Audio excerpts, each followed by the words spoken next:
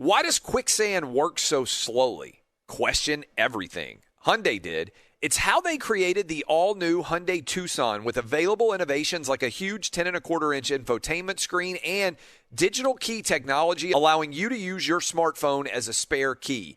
And you always get Hyundai's complimentary maintenance for 3 years or 36,000 miles.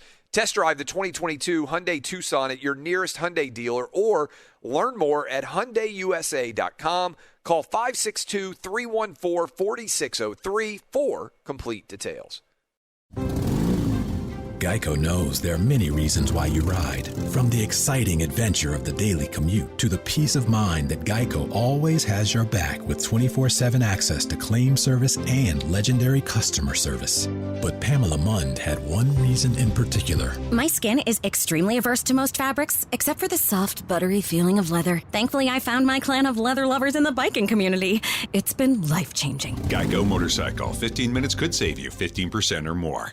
Outkick the coverage live every weekday morning from 6 to 9 a.m. Eastern, 3 to 6 a.m. Pacific on Fox Sports Radio. Find your local station for Outkick the coverage at foxsportsradio.com or stream us live every morning on the iHeartRadio app by searching FSR. Now let's get this party started. You're listening to Fox Sports Radio.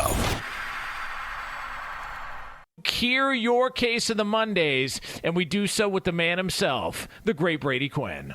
Oh, man, it's been a fun morning so far. I got a case of the Mondays. Don't know how everyone else is feeling out there right now, but a lot to discuss, a lot to talk about. Can I just touch on Colin Morikawa for a second?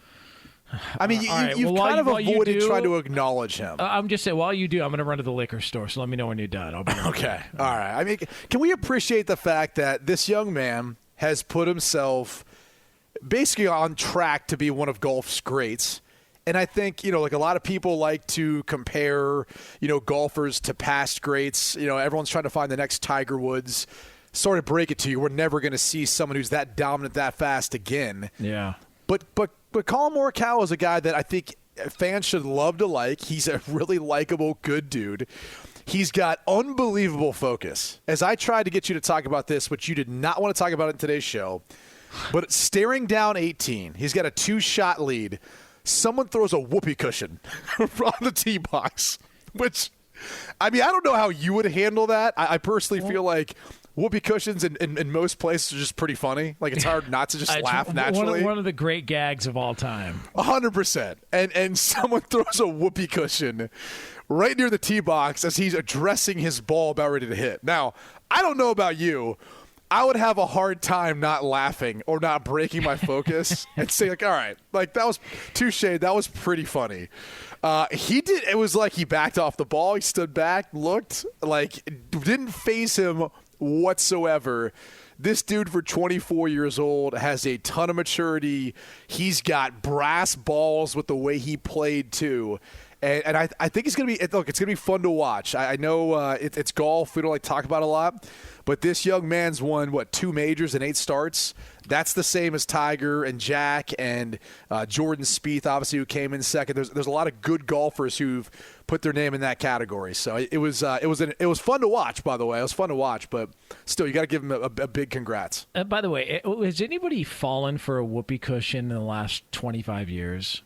Like it's pretty impossible to do. Like how would you actually execute that? Is I remember seeing this when the Teslas first came out. They had this mode where they had a built-in whoopee cushion into their entertainment system. And so you could hit a button that makes the speaker near that seat sound like they fart. Oh, and I remember nice. seeing people talk about that. No, but I remember seeing people talk about that, and I'm like, why would I want to buy a car that can do that? Why? It'd be funny once or twice, but then after a while you're like, all right, now I'm acting like I'm a 10-year-old. This isn't that funny, but that's last time I can remember that sort of whoopee cushion scenario. Yeah, listen, I just think I think it's a pretty difficult task to pull out. By the way, for those of you that are that were not familiar with whoopee cushions or don't know what a whoopee cushion is, it's basically this bag of air that you set on someone's seat, and when they sit down, it sounds like they cut a fart. All right, it's the most childish, ridiculous pranks ever. It's pretty funny.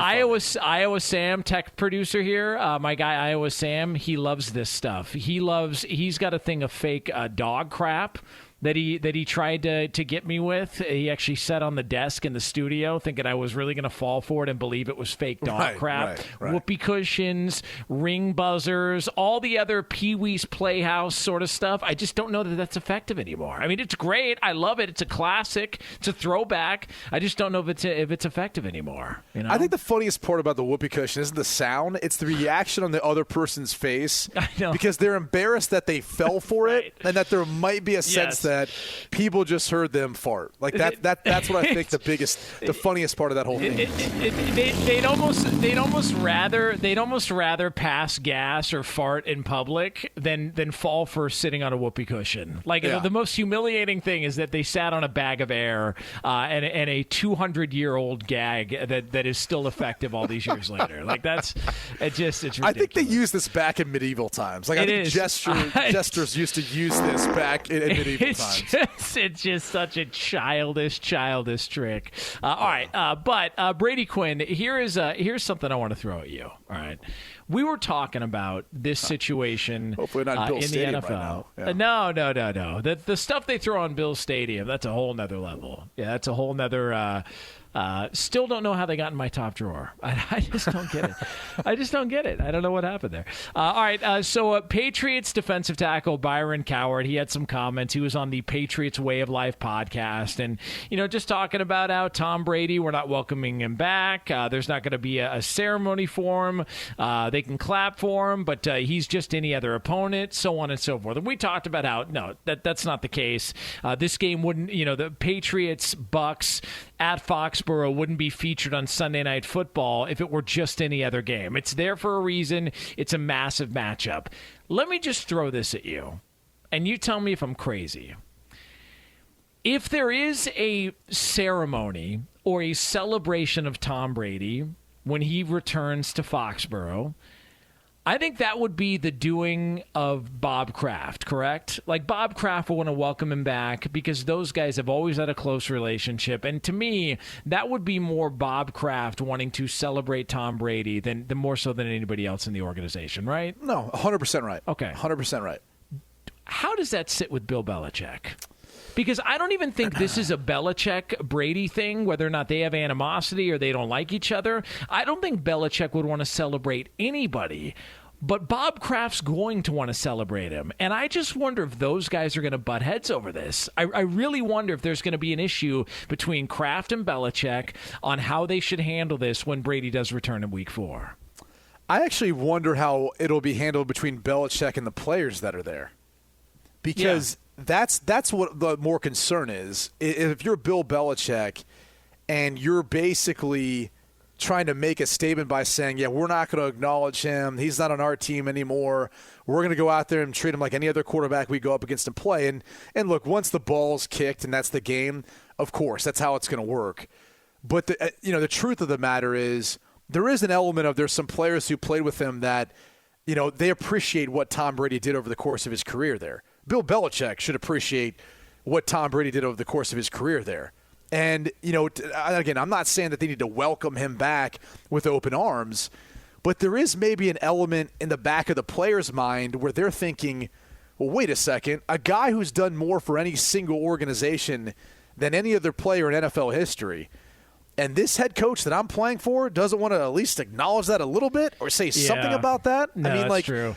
That's probably going to sit poorly with the players that are on that team, in that locker room for the Patriots now, thinking no matter what I do here, this guy's never really going to appreciate any of my accomplishments or how I help him. So I actually think how Bill Belichick handles it in regards to his own locker room and his players, because of their history with Brady, will have more of an impact as far as how these players are going to look at Bill Belichick as their head coach moving forward. And it's kind of a it's kind of a delicate time for Belichick right now, because I think there's sort of a feeling that, well, I mean, look, Cassius Marsh came out and made the comments that he made. Nobody likes to play there, and of course, Cam Newton comes out afterwards and says, I love it here.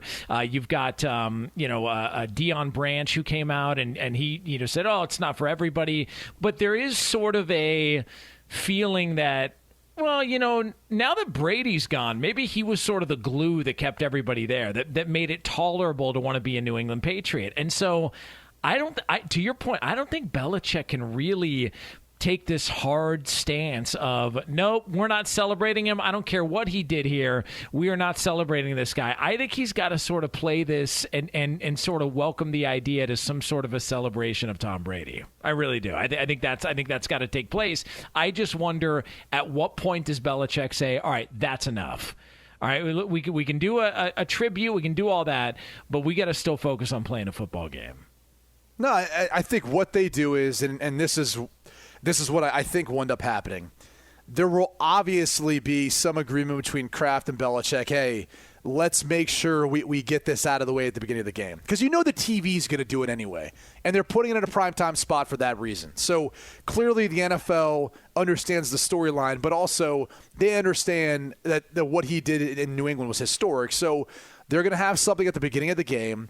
It's probably going to be some sort of highlight pump-up video, a thank you to Tom Brady and everything he's done. And then the ball's going to be kicked and they're going to go. And then that'll be it. I mean, it's football. It's not like we really, see throughout the course of the game them continuing to do stuff and saying thank you. They'll get out all their thank yous, their appreciation, everything they're planning or going to do before that ball is kicked. I'm sure pregame, everything else, we'll see it. And then I'm sure before they kick off, we'll see a highlight video or something there in Gillette. And then that'll be it. And then they'll kick the ball, and he's going to be like any other quarterback they've played against. I don't think they're going to let up on him, and I don't think they're going to stop from using the blitzes that were effective during their own scout team or their own, time going against one another throughout the course of their career together. See, here's what they do. All right, now I'm not trying to give them advice on, how to handle this in an immature fashion, all right? But since we started out the segment talking about whoopee cushions, this feels like the direction we need to go. If you're the Patriots and if you're Belichick and you want to sort of rattle Tom Brady and you want to piss him off a little bit, and you want to get under his skin, here's what you do. You give him sort of a celebration. You have it in NBA games. Sometimes when a player returns, they'll wait till the first time out and they'll show something on the video board in a celebration. So you do one of those deals for Tom Brady. And then at the next break, you do a massive one for Gronk. I mean, over the top, to where you are celebrating Gronk's return, all the great things he did, all the highlights. You give Brady sort of a little something, something to get by, just a sort of a mediocre celebration. And then for Gronk, you go over the top. All right. And then you create a rift between those two guys because Gronk is going to be viewed as more valuable and more cherished by the Patriots team, Bill Belichick, and the organization than Tom Brady was. That's how you handle it. I mean, that's sinister, but I would say this. I think Gronk's probably been more open about how much more fun it is other places, that kind of stuff. I wonder if Gronk gets anything. I mean, he should. He's been one of the best tight ends in NFL history, but I wonder what appreciation he'll get, if anything, only because he's been a little bit more vocal about just his time away. Obviously, he retired, then came back, which feels like was more of an indictment on Bill Belichick, right? And the way, the New England Patriot way and everything else. So it'd be interesting to see if they went that route, but I actually think they might want to snub him altogether, only because they were so frustrated with how things worked out towards the end there in New England. Appreciative of what he did, but felt like he kind of, maybe if he still had some tread left on the tires, he saved it for a reunion with Tom Brady in Tampa and not finishing out New England. He's Brady Quinn. I'm Jonas Knox. It's Outkick the Coverage here on Fox Sports Radio. You can spend time with us on the iHeartRadio app. Coming up next, though, there's a situation in the NFL. People are just assuming success for this Super Bowl contending team. We're a little bit skeptical. We'll tell you what team that is next here. It's Outkick the Coverage right here, Fox Sports Radio. This is Outkick the Coverage. It's crazy how much we have to pay for outdated, impersonal healthcare, and even crazier that we all just accept it. It's time to face facts. Healthcare is backwards. Luckily, there's Forward, a new approach to primary care that's surprisingly personal and refreshingly straightforward. Forward never makes you feel like just another patient. Backed by top-rated doctors and the latest tech, Forward gives you access to personalized care whenever you need it. Using in-depth genetic analysis and real-time blood work, Forward's top-rated doctors provide you with in-depth insights to better understand your genetics, mental, and physical health. They then create custom, easy-to-understand plans to help guide you to achieving long-term health. With Forward, you get unlimited in-person visits with your doctor and access to care anytime via the Forward app, all for one flat monthly fee. It's time to stop accepting backwards healthcare and start moving your health forward. Visit GoForward.com today to learn more. That's GoForward.com.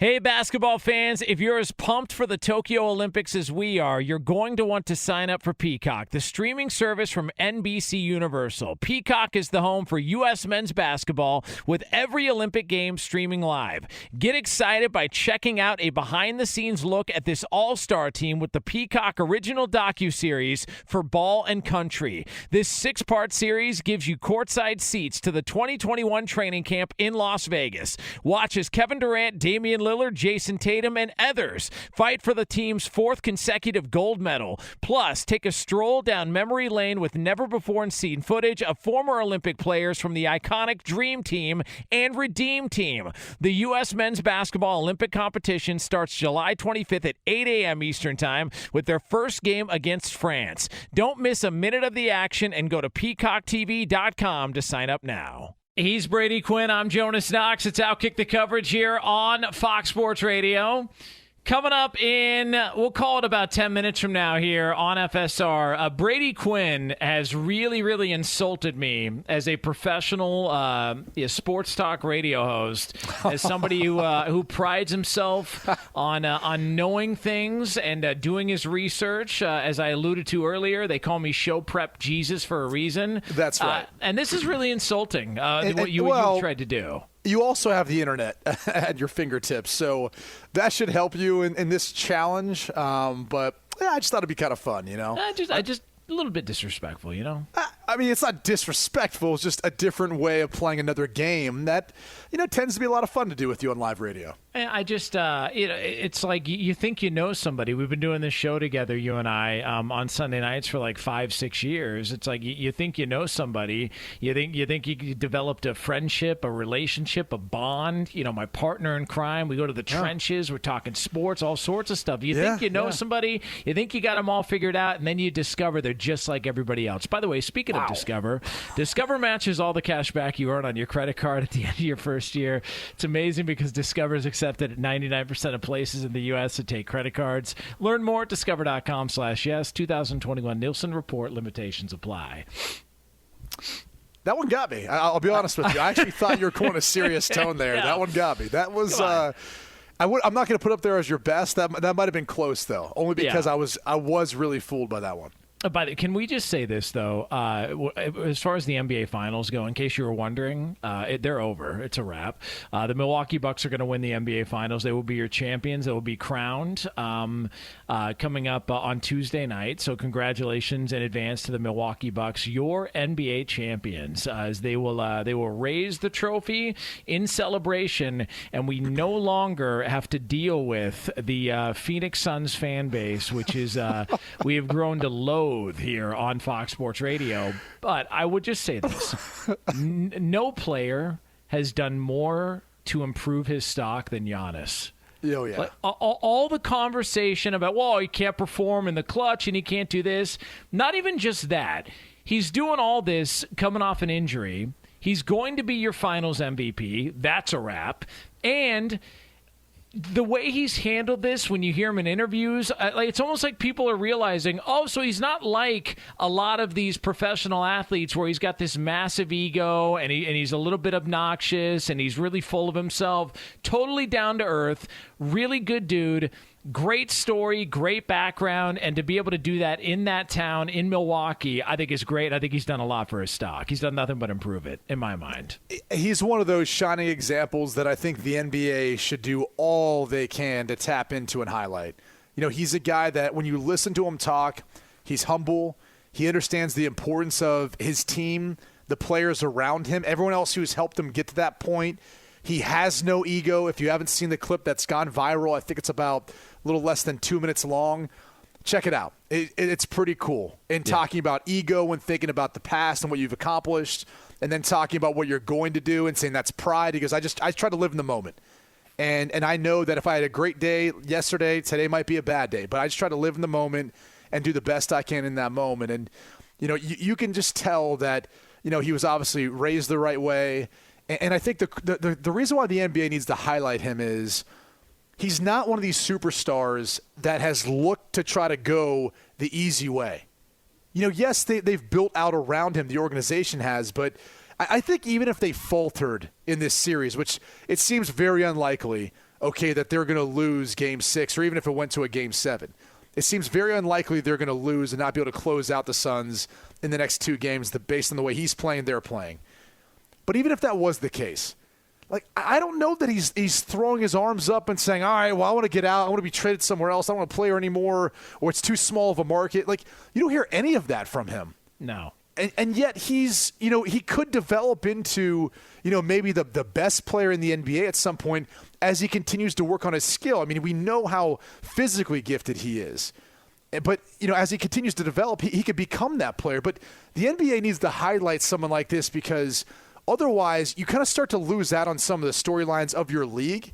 No different than, for example, the NFL and a guy like Patrick Mahomes going to Kansas City. It's not New York. It's not L.A. It's not Dallas. It's the Kansas City Chiefs.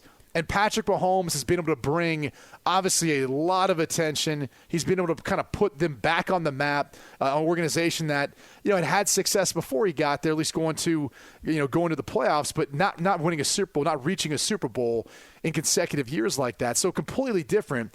And it's a smaller market. Giannis does that for the Bucks. So I love that about it. I love the way this team kind of rallied and came together. And honestly, I love it for Drew Holiday. I think he got more flack than anyone else on this team this year about being overpaid, not carrying his weight, everything else.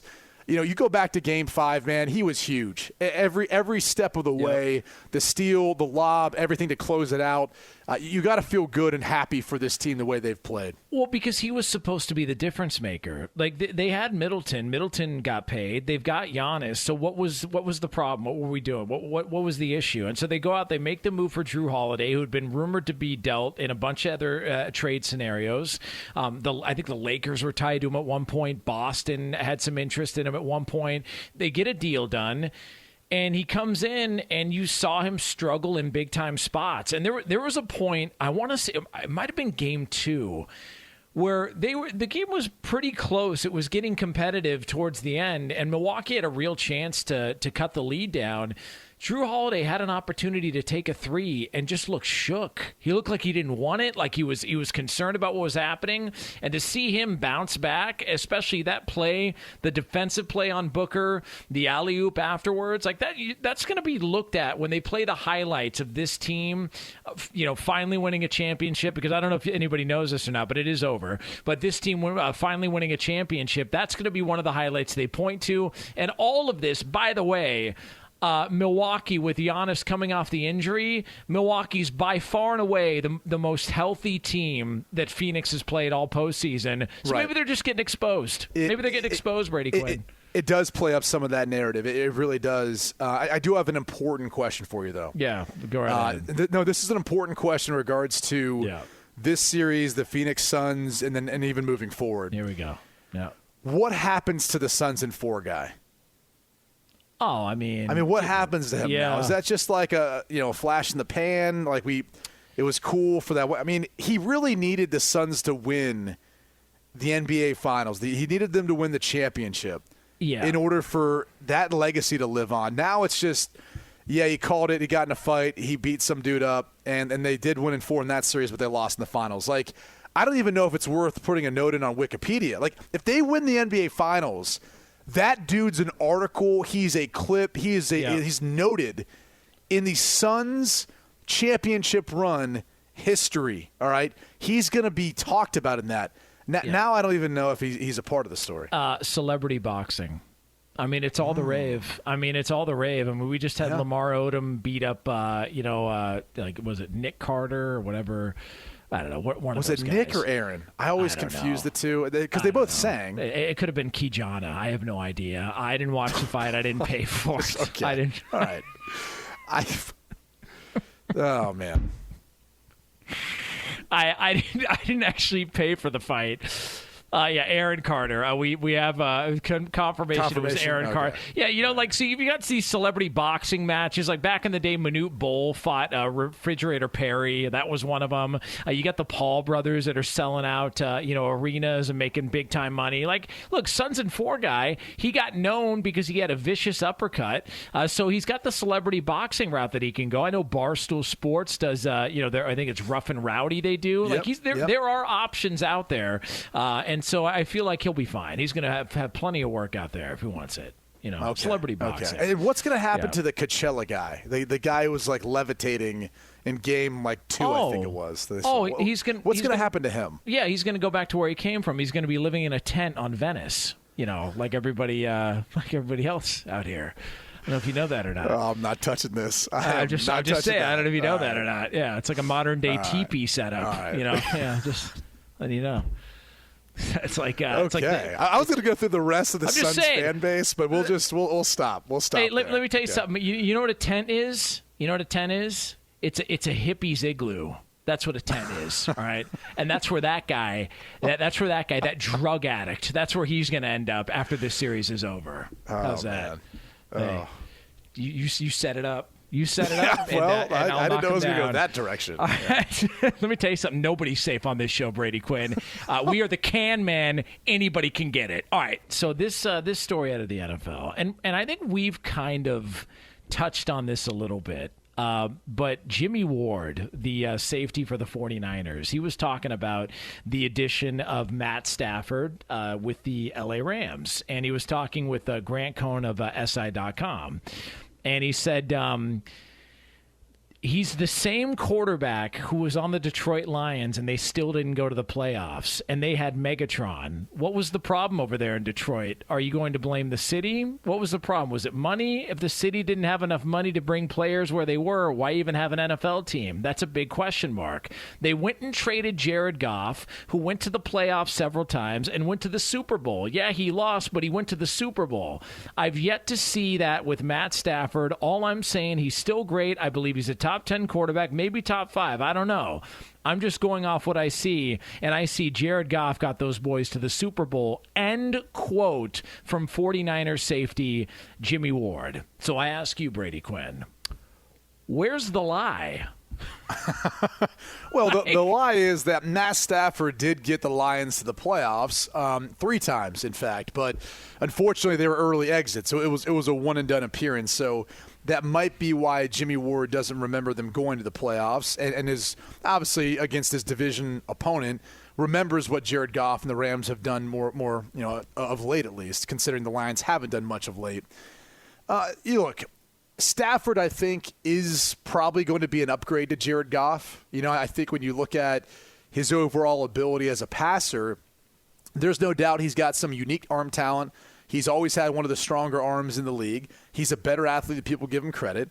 And he's been with an organization that's had a hard time finding any sort of success. But there is some truth to what Jimmy Ward's saying, too, right? Like, not many players are drafted to a team that has a first-ballot Hall of Famer on it that you get to throw to. And so, yeah, that's going to help inflate stats. That's going to help you at least be in a better position offensively. But on the other hand of that conversation, he hasn't had a run game. The defense has been spotty at best. And so he has had a lot of things working against him. Look, are the Rams going to be a little bit better with Stafford there this year? Sure. I don't know how much, though. And I think the hard thing, as we talked about last week, for Jared Goff is leaving a situation that Stafford's inheriting with a ton of talent and guys to throw to out around him. Goff is going down to a scenario into why Stafford wanted to leave. Like, there's not many guys on that roster at wide receiver that can even come close to comparing to what the Rams already have. So it could be a bad year for Goff. It could be a great year for Stafford. And it could look like there's a huge disparity between the two when there's really not. It's just the difference in the team around them, maybe even the play callers too. I mean, look at Sean McVay's track record as compared to Anthony Lynn. Now he's taken over as an offensive play caller.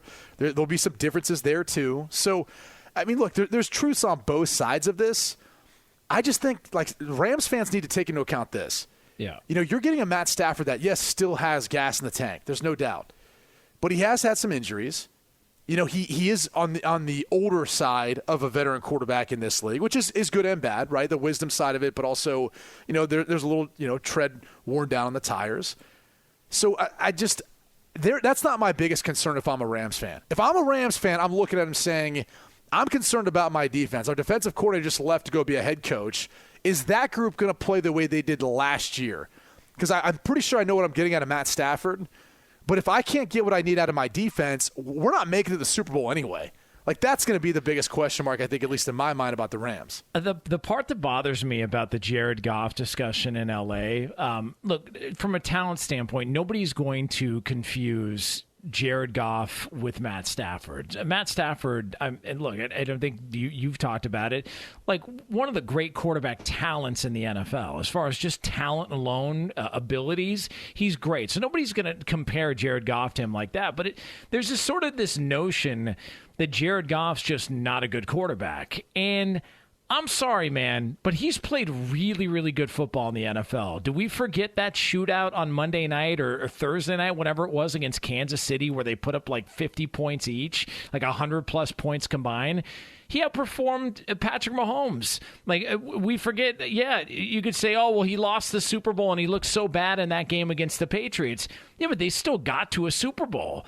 And that included, you know, having to make plays and win games on the road. Last year, man, he played well in the postseason when they went to the backup quarterback, John Wolford, and then he came in with the busted up hand, and they won at Seattle. And then you go back to that game against the Packers. Brady, he didn't play bad. They didn't lose that game because Jared Goff played poorly at Lambeau Field, and all of that with a busted up hand. I just don't like the idea that they've now gotten rid of Jared Goff and he was the issue. Oh, it was Jared Goff who was the problem. He was the issue all the way through. I mean, you could make the case that, okay, Todd Gurley's injury, maybe that had more to do with their struggles and when things started to go awry. I just don't like the idea that Jared Goff's not a quality quarterback, because that guy's played damn good football in the NFL at times. No, he has. I think the one thing that kind of flies under the radar, and it always does, because most people who make hot takes, most people who are going to make these sort of statements, they're never looking at the trenches. They're never looking at the offensive line play. And to me, there was a transition period over the interior of that offensive line when John Sullivan left, when he decided to retire. Andrew Whitworth, who, you know, he's played great at the left tackle spot, although I think we do realize he's getting close to 40 now. Yeah. He's not playing at as quite high of a level as he was when he first got there. And there's some other spots in the interior, too, that I think have been impacted by guys moving on. So when you add all that up, like, as much as we want to talk about Todd Gurley's knee or him, being a factor in their rushing attack not being quite the same, it also had a little to do with their offensive line, because not only was the rushing attack not great, but the protection wasn't quite there either. So, look, whether it's Jared Goff or Matt Stafford, if they can't keep that guy upright, it's not going to matter how much talent they have out around him or how good the play calling is. So that's going to be the tough part, I think, for Rams fans is the offensive line still might be a concern, and then you're looking at the defense saying, like, what's that going to be? We know there's stars, but can they put it together the way they did last year with Staley? Well, I mean, I don't know if you're into this, into gambling or anything like that. I've been known to dabble. There are NFC West division odds via Fox Bet. The Rams are the favorite at plus 175. The San Francisco 49ers plus 200, followed by the Seahawks at plus 280, and the Cardinals at plus 550. What that means is you bet $100, you get 175 if the Rams win, 200 on the Niners, 280 on the Seahawks, and then 550 on the Cardinals. Give me the Niners all day. Healthy, ready to take back over that division. I like the 49ers at plus 200. How about that? Think about that. I mean, you got a little value there on all those teams. I think you can make a case for all those teams. I think there's storylines, like there's reasons for concerns with all those teams too, which will definitely make that once again probably the most competitive, but probably the most interesting too in the NFL. Yeah, Brady Quinn, Jonas Knox, Outkick the Coverage here, Fox Sports Radio. Coming up next, this may be single-handedly the most disrespected I've ever been as a sports talk radio host, and it's from my partner. Wait till you hear this crap next on FSR. This is Outkick the Coverage.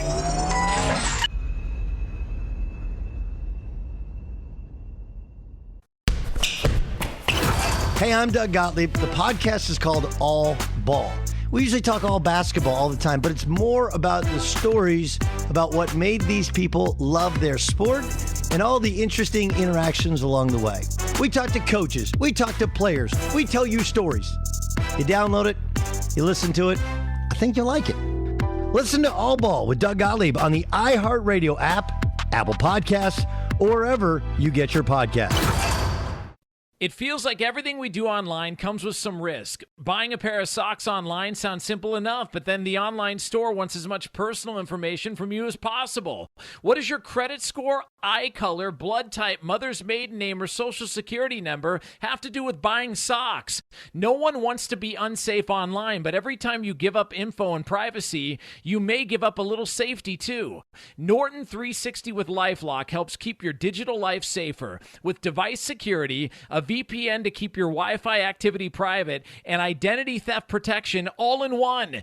No one can prevent all cybercrime or identity theft or monitor all transactions at all businesses, but you can choose to be safer online. Just opt in to cyber safety with Norton 360 with LifeLock. Join now and save 25% or more off your first year at norton.com/Fox. That's norton.com/Fox to save 25%. norton.com/Fox. 15 minutes could save you 15% or more. Is that Shakespeare? Nope, it's Geico. Yeah, that's Shakespeare from one of his unpublished works. Oh, it be not for awakening. Nay, giveth thou the berries. For 15 minutes could save you 15% or more. No, it's from Geico, because they help save people money. Well, I hate to break it to you, but Geico got it from Shakespeare. Geico. 15 minutes could save you 15% or more. He's Brady Quinn. I'm Jonas Knox. It's Outkick the Coverage here on Fox Sports Radio.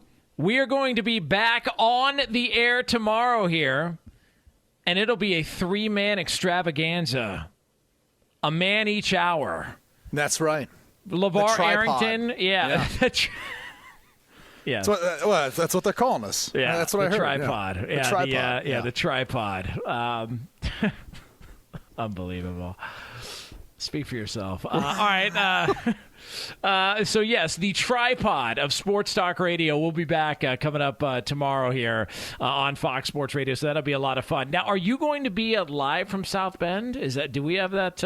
Is that happening this week? Or not tomorrow. Wednesday I will be. Wednesday I will be live from God's country there, Notre Dame, Indiana, right there in South Bend, Indiana. So yeah. And live from the Linebacker Lounge. Can't wait, man. Can't wait. I don't know if they're going to let me in. As I said, I didn't frequent the Linebacker Lounge that often. That was after I got out of college.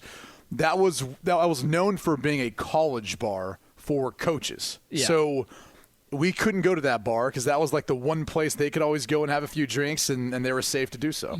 You know what's going to end up happening, though? Because they say smells bring back memories. Like if you smell something, it'll take you back to where you were when you initially smelled that. Yeah. It's like you're going to be back in South Bend, and your body clock is already starting to get in football mode, and you're going to smell something in South Bend like fresh cut grass or something like that, and it's immediately going to take you back to getting ready for the season. Yeah. Like it's going to meet and getting cheated out of a win against USC. That's what it's going to take to back to. Okay. Well, that took a drastic turn there. I'm just saying, because I had money on that game. I was imagining you, well, I think we covered, but I was imagining you, I was going to say for your purposes, because I know you didn't bet us to win outright. I know money that line. much. Yes, I did. Money line. Did you? Okay. Yeah, I had him on the money line. I guess bad bet on your part. Off, but no, I would have thought you would have said like outside waiting in the practice field, like fully in pads, were doing the show, just at helmet and all doing the show. Yeah. From South Bend. That'd be pretty interesting. Yeah, no, that would be a lot of fun. All right, so let me just tell you something. I find this to be totally insulting and disrespectful to my credibility as a broadcaster.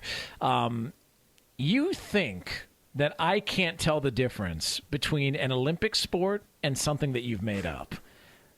That's not like, is it an Olympic sport or not? I've got some questions because I think it's gotten harder to determine than ever before. You don't think that with the Olympics starting later on this week, you don't think that I have done copious amounts of research on the Olympics? You don't think that I've sat and studied for hours upon hours all the different aspects and angles from the Olympics? You don't think that I've done that? That's insulting to me. So I'm going to make a fool out of you here on Fox Sports Radio. So go ahead. Okay. All right, bring it on. Let's go. Is it an Olympic sport version 1.0? I guess we'll do this hopefully maybe 3 years from now, whatever. Okay. Cricket. Is cricket an Olympic sport? Now listen, as somebody who No. You don't get time to Google this. You don't get time to search. Oh, trust me. I'm not Googling anything. All right, hands are up in the air. Yep. Yeah, of course, cricket's an Olympic sport. It is not. It is actually, in fact, not an Olympic sport. I think you have bad information. Okay. All right. I think that's moving bad information. Moving on. Okay. Skateboarding. Is skateboarding an Olympic sport? I mean, it shouldn't be, but I've seen a lot of it on television lately. So, yeah, I think skateboarding is an Olympic sport. It's ridiculous. That is correct. Correct. It is an Olympic sport. What about sport climbing, which I have no idea how it differs from climbing. I assume it's not climbing a ladder, but I assumed it's like rock wall climbing or sport climbing of some sort. Is sport climbing an Olympic sport? Yeah, of course, man. I mean, come on. I guess sport climbing is all the rave these days, especially over in Tokyo. That is true. It is. So at this point, you are 2 for 3. Unbelievable. Told you, man. Squash. Is squash an Olympic sport? I mean, now a lot of you might think, oh, you don't even know what squash is. Yeah, no, I don't think you do. A lot of people might think you don't even know what squash is, and that's a fair point. But I'm going to say, squash is an Olympic sport, Brady Quinn. So far, let me just remind people. Let me do a quick recap. You have said yes for every single answer or every single question, and you're 50% because squash is not an Olympic sport. Okay, well, listen, I'm trying to be humble about this because I don't want to get them all right. That's right. Yeah. Okay, next up. Polo, a sport you're very familiar with, growing up in Thousand Oaks, California. Oh, kiss my ass. Is polo an Olympic sport? Now, let me tell you something about polo. All right, polo is a brand of clothing, and I know that because they always have it at Ross and Burlington. And I have a couple items because it's like, $4 for a pair of sweatpants. So, yeah, of course polo is an Olympic sport. I know that because I wear polo stuff. It is not. It is actually not an Olympic sport. Bad information. Right. You're reading bad information. Somebody gave you wrong information. I don't know what to tell you. You're going to be surprised come to these Olympics. All right, final one, darts.